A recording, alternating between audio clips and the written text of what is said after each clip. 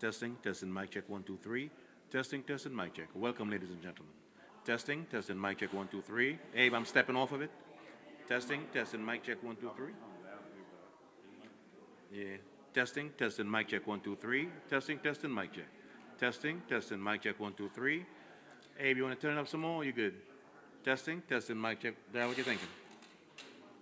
Hey, bring it up a little bit. Testing, testing, mic check, one, two, three. Testing, testing, mic check. Testing, testing, mic check, one, two, three. Testing, testing, mic check.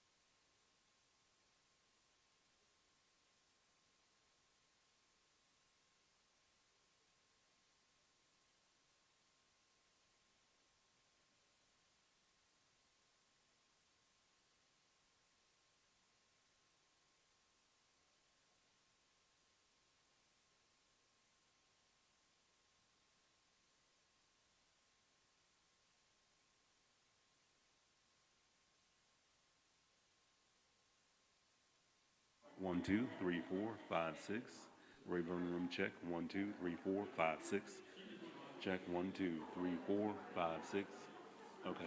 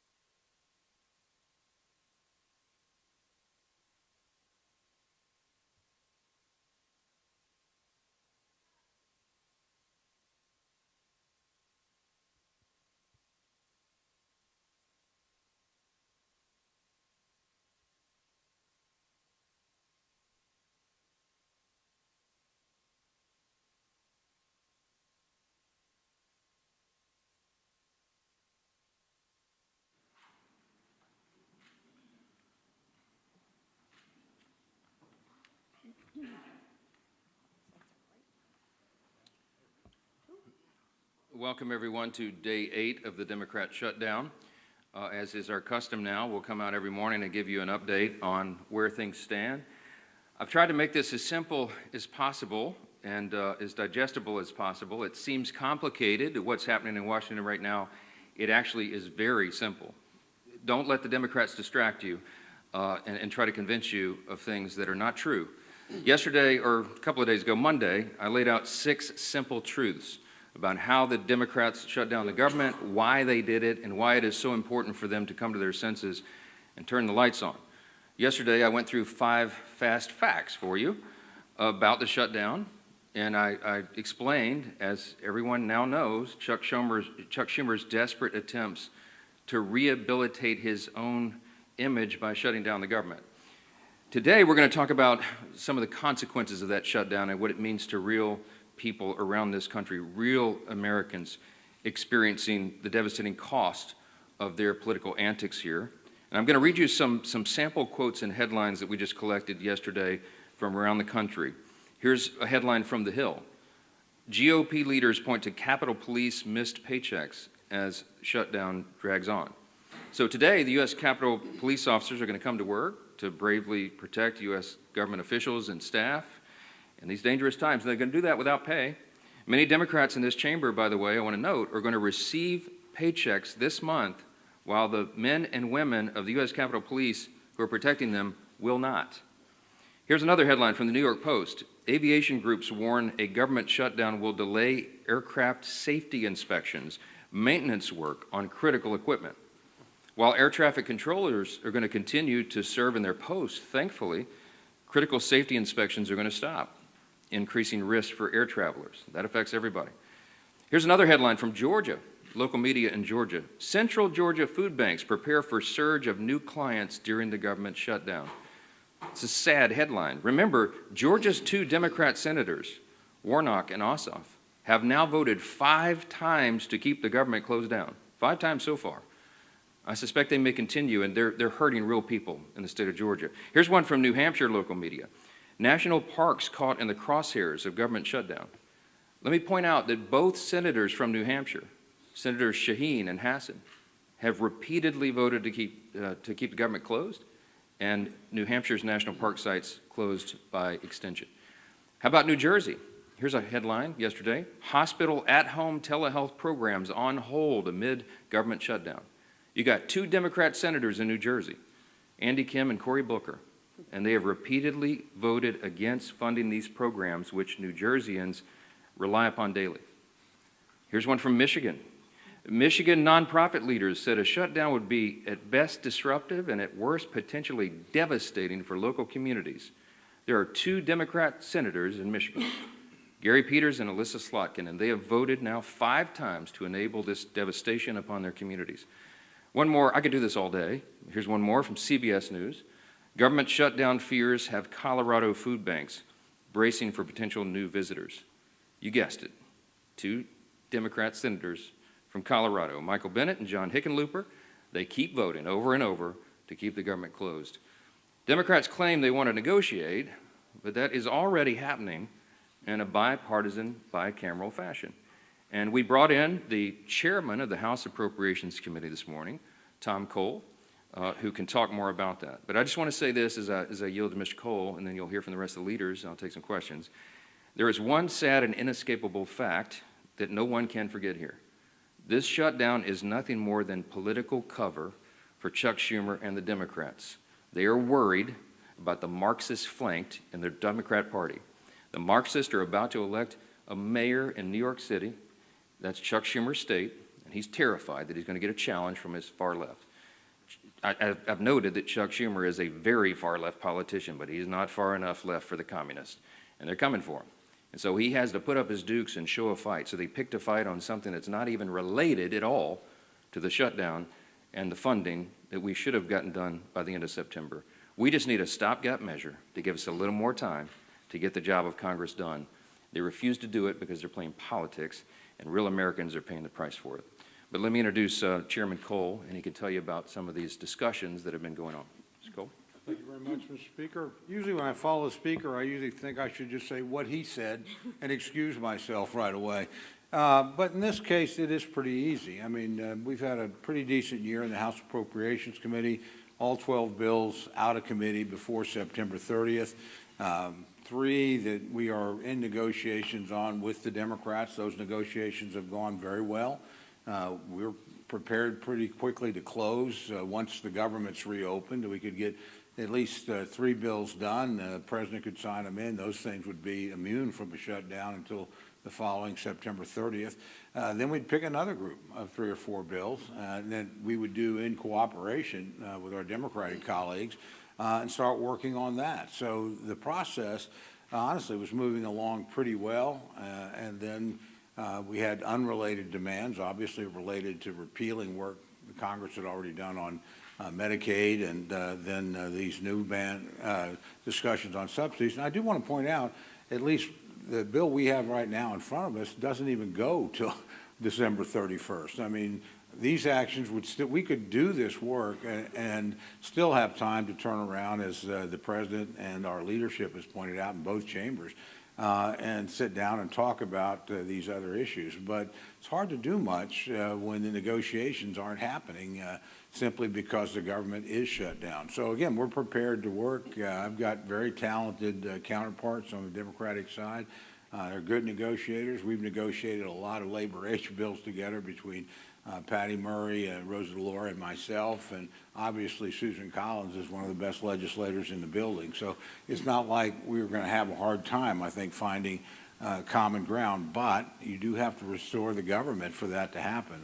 Democrats are not likely to move bills while they've got the government shut down, because it suggests that absent that, we would be moving through the process as normal, and frankly, in a much better shape than we've been in recent years. So again, I'm just hopeful that my colleagues in the Senate, and it's worth pointing out, a majority of the Senate's already on our side, a bipartisan majority of 55. So this really does get down to Leader Schumer and the bulk of his caucus to simply shutting down the government over items unrelated to what we normally do in appropriations. I've mentioned this to both the Speaker and the Leader because they make these decisions, but you know, we should not be handling Medicaid on my committee. We should not be handling the Obamacare subsidies simply because we don't have the expertise or the jurisdiction to do either one of those things. What we can do is move the bills through the process, make sure that every soldier is paid, make sure that every air traffic controller is paid, make sure that the American people don't lose any services. So we're prepared to do that. Frankly, I think my Democratic colleagues are prepared to do that once we resolve this shutdown, and that's quite simply in the hands of Leader Schumer and the bulk of his caucus. When they make the mind that they want the government up and running, believe me, we'll move very quickly, and we'll try to move away quickly from a CR status to passing bills individually or in small groups, and get folks up and working again, and get the government restored and continue that process as we're supposed to do. So with that, Mr. Speaker, I just yield back. Well, appreciate the work that Chairman Cole and the Appropriations Committee have done months and months ago to get us in a place where we would be ready to have all of the appropriations in a place where you can negotiate those differences. It was Chuck Schumer and Hakeem Jeffries who chose to take their toys and go home, all to appease the most radical elements of the far left, because Chuck Schumer is more concerned about his political job than he is about the jobs of millions of American families. American families' lives are at stake here.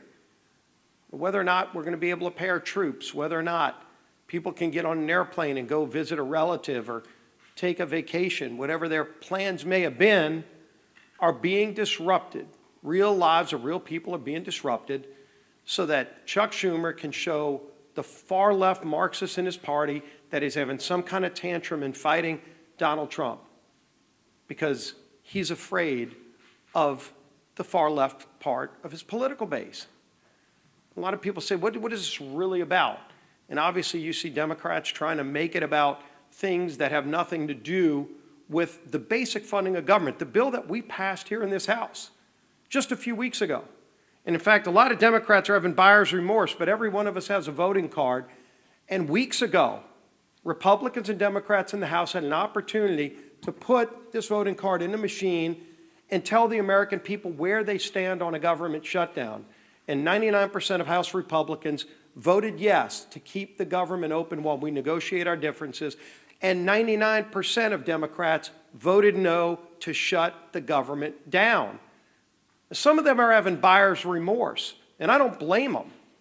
They're now realizing the dire consequences that their no vote caused to real families across America.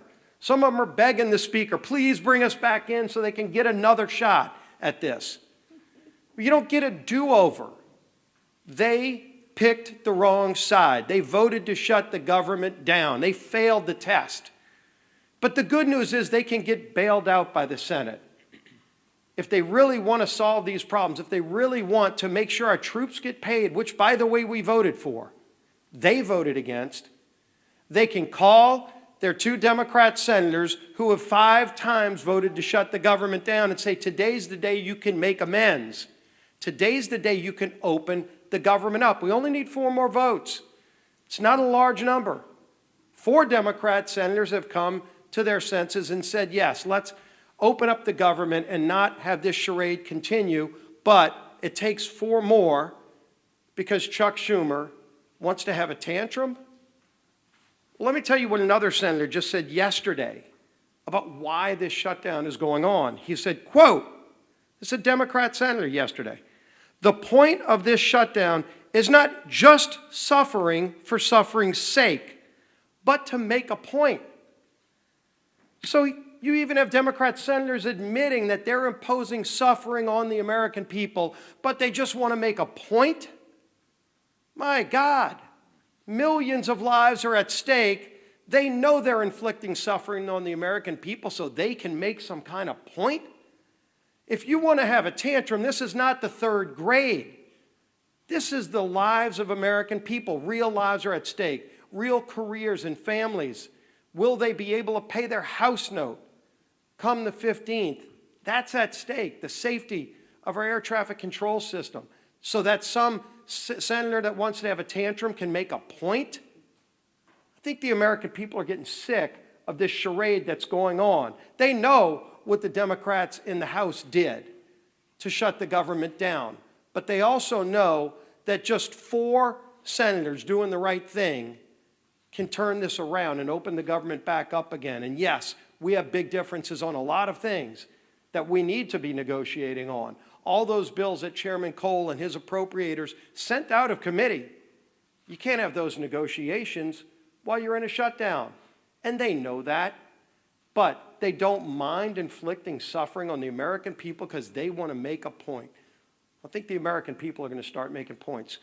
People could pick up the phone and call their Democrat senator. We did a press call yesterday in the states of Georgia and Maryland, where all 4 senators there could literally end this today, but they've all been 5 times voting no on the bill to get the government back open. It was ironic. The Maryland delegation of Democrats held a press conference just days ago talking about how bad a shutdown will be for the state of Maryland. And they're right. The irony is they're the ones who voted to shut it down. Over 150 employees in the state of Maryland alone will be hurt, and their own Democrat delegation is saying how bad it's going to be, yet they're the ones who voted to inflict that, quote, suffering on the people of Maryland. This madness can end. This madness needs to end with sanity finally emerging. Bring some common sense in.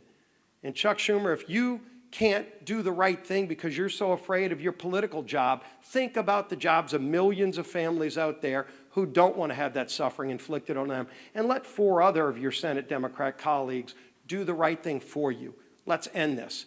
Our whip. Tom Emmer.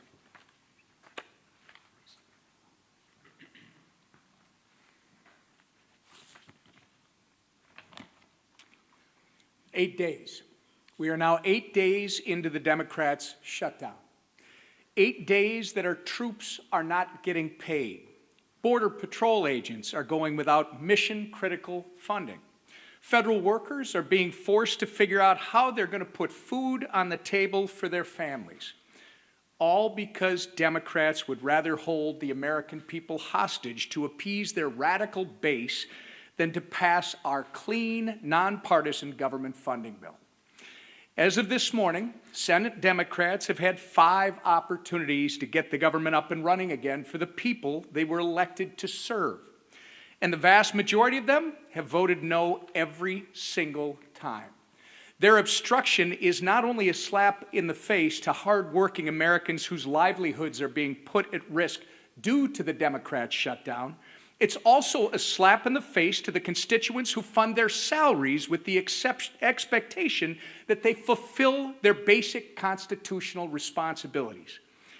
In my hand, I have more than a dozen pages of organizations from across the country representing Americans from every end of the political spectrum, echoing the exact same message. And that message is that government shutdowns solves nothing and hurts everyone. So to our Democrat colleagues in the Senate, enough with the political grandstanding. Do the right and responsible thing by passing the House's clean CR immediately. Americans are already hurting. People's jobs are at stake.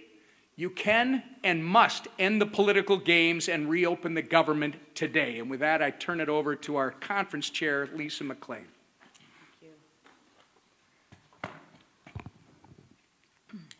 Good morning, everybody. Again and again, Democrats have chosen to put illegal aliens over hardworking Americans. That is not my opinion. That is fact. Read the bill. Democrats let millions of illegals pour in across our border under Joe Biden. Democrats gave them driver's license. Democrats allowed them to cast ballots in elections. And now Democrats are fighting. They are fighting to give illegals health care on your dime. Democrats want to take money out of your pockets and give them to illegal aliens so they can get government benefits. These aren't my opinions. These are actual facts. Go to the website and read the facts, right? But what Democrats do when they have no plan, no vision, and no leader, they have to misrepresent the truth. And they do that over and over again. And they think you, the American people, aren't going to notice. They're not going to notice. You're not going to notice that they're taking money out of your pockets and giving them to illegals. They're going to try and put their spin on it. But I challenge you, go to the website and read it for yourself. When Democrats have the choice between standing up for American people or catering to the illegal aliens, what do? They choose illegals every single time and time again. And that's exactly what they're doing again in this government shutdown fight. Democrats are putting illegals above American citizens. So I ask the Democrats, how long will it take you to put Americans first in this funding fight? I ask our senators, Senator Peters and Slotkin, when are you going to put the American people first? The people that elected you to represent them. How many times will you vote against our troops? I ask Senator Peters and Senator Slotkin, how many times are you going to vote not to pay our troops? How many times will you vote against moms and babies who rely on WIC? Against flood insurance? How many times will you vote to put illegals first and Americans last? The answer to that question is as long as the radical base keeps calling the shots. My 2 senators are pandering to their radical base as well. Republicans, however, are actually putting Americans first every single day. And why? Because that's our job. That's our duty. And quite frankly, that is our responsibility. And I call on the Democrats, especially the 2 Democrats from my state, Senator Peters and Senator Slotkins, please put the American people who you represent first. I'll take a few questions. Yes, ma'am. Speaker Johnson, thank you. Do you agree that the mayor of Chicago and the governor of Illinois should be in prison? Should they be in prison? Should the mayor of Chicago and the governor of Illinois be in prison? I'm not the attorney general. I'm the Speaker of the House, and I'm trying to manage the chaos here. I'm not following the day-to-day on that. I do know that they've resisted the introduction of, or the offering of National Guard troops in Chicago, which is a terribly dangerous city and has been destroyed in the process of being destroyed under liberal Democrat governance and their terrible policies. I would just cite for you in response Exhibit A, which is the District of Columbia. All of you were able to walk safely into the Capitol today, and you can park your cars blocks away and walk back to your cars, and you're not in fear of having your purse snatched or your car being jacked or being assaulted.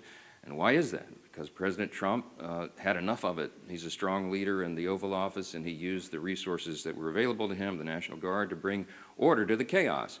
The Democrat mayor of the District of Columbia ultimately said, thank you so much for the reinforcements, and you're all enjoying the spoils of good policy and return to the rule of law. If we could do that in the other major cities in the country where they're having terrible crime crises, that should be seen as a positive, and I think most Americans see it that way. If you're a resident of Chicago or New Orleans or one of these other Democrat-run cities, you've had enough. You're tired of your family being walking in fear and not being able to enjoy their lives, and if President Trump can use the resources and do it in a lawful manner to allow National Guard troops to help bring order and restore the rule of law, that is something that is wildly popular with the American people. Now, if you have elected officials in some of these states who are committed to their radical, soft-on-crime ideology and defunding the police and all the things the Democrat Party championed for the last several years, and they want to stand by that, we encourage them to do so. We'll see what the people think about it. Yes, sir. Back row. Speaker Johnson, a lot of the free health care for illegal aliens that you've been talking about is care provided in emergency rooms, which are required by federal law to care for anybody, even if they can't pay, even if they're not a citizen. Do you think that that law should be changed? No. You're talking about EMTALA, which has been part of the law for most of my life. Emergency care is provided without question to anyone who comes in. If you're hemorrhaging and you show up in an emergency room, you get treated. That's something we all support. That's a very good law. We're in favor of it. You're cherry picking a tiny subset of the issues. We put, and go to it's still on the website, speaker.gov, look at page 57, section 2141 of Chuck Schumer's counter-proposal CR that he filed. There's 6 categories of things that they would like to restore funding to, and it adds up to $192.8 billion, almost $200 billion of hardworking taxpayer funds that would go to support illegal aliens and other non-citizens. Now, with regard to EMTALA, are we saying change the law? No. But one of the things they're doing, and one of the things that Chuck Schumer is advocating for and has filed in the law and is using as a leverage point to keep the government shut down, is he literally wants to reimburse hospitals more money for treating illegal aliens than American citizens. Fact. Go look it up. Go look on the website. Don't take my word for it. We're not doing that. If you're a young, pregnant American citizen woman who shows up in an ER and you get treated and they pay the hospital less for treating you than some illegal rabble-rouser who came in from some, South American country to do us harm, that is wrong. The Republican Party stands for common sense. In the big, beautiful bill, we fix that. And Chuck Schumer wants to unwind it, and it is unconscionable to me that he's inflicting all this pain on American citizens so they can play games and try to appease the radical left base. That's what this is. Back, yes. Thank you, Mr. Speaker. 2 questions about federal worker pay. One, is it your understanding that federal workers will be repaid after this shutdown as part of current law? And 2, would you allow a UC, for example, for the military to ensure that they would be paid in the shutdown? Those are 2 questions. Federal workers, it's my understanding that the law is that they would be paid. There is some other legal analysis that's floating around. I have yet had time to dig into and read that. But it has always been the case, that is tradition, and I think it is statutory law that federal employees be paid, and that's my position. I think they should be. They should not be subjected to harm and financial dire straits because Chuck Schumer wants to play political games. With regard to paying the troops, I want everybody to listen to me very carefully. Hakeem Jeffries and the House Democrats, as Leader Scalise said so well, are clamoring to get back here and have another vote because some of them want to get on record and say they're for paying the troops. We already had that vote. It's called the CR. Every Republican and at least one Democrat had the common sense to say, of course we want the government to stay in operation. Of course we want to pay our troops and our air traffic controllers and our Border Patrol agents, TSA, and everybody else. We did have that vote. The House, I keep saying the House did its job. We did that almost 3 weeks ago. And every Democrat in the House except one voted against it. They voted that they did not want the troops to be paid. They did not want TSA agents to be paid. They did not want air traffic controllers, Border Patrol agents, and all the rest. They live with that vote. They made that decision. The House is done. The ball is now in the Senate's court. It does us no good to be here dithering on show votes. We did it. We sent the product over. It is clean. It is 24 pages in length. It's the most bare minimum that's necessary to keep the lights on for the people. And Chuck Schumer and 43 of his colleagues, Democrats, continue to do the wrong thing. We're not having it. Yes, ma'am. Thank you so much. Democrats continue to allege that the Republican-controlled Senate can change the rules to push through the shutdown impasse. Congresswoman Marjorie Taylor Greene is also now saying the same. Is there any validity to this, and what sort of precedent would that set for a future Democrat-controlled Senate? Well, I'd lead the House, but the Senate has its own rules. Some of them are arcane, and when you're in the minority, you don't like it a lot. The filibuster is a tradition over there that's been maintained by both parties whenever they've been in the majority for a long, long time, and they can make a very compelling case as to why that's true. Now, could you go nuclear and blow that all up and end the filibuster once and for all and allow everything for only majority party vote, 51 votes in the Senate? I mean, is it possible? Yes. Is it wise? You can have a lot of people who would tell you it's not. I mean, on the Republican side, I would be deeply concerned if the Democrats had a bare majority in the Senate right now.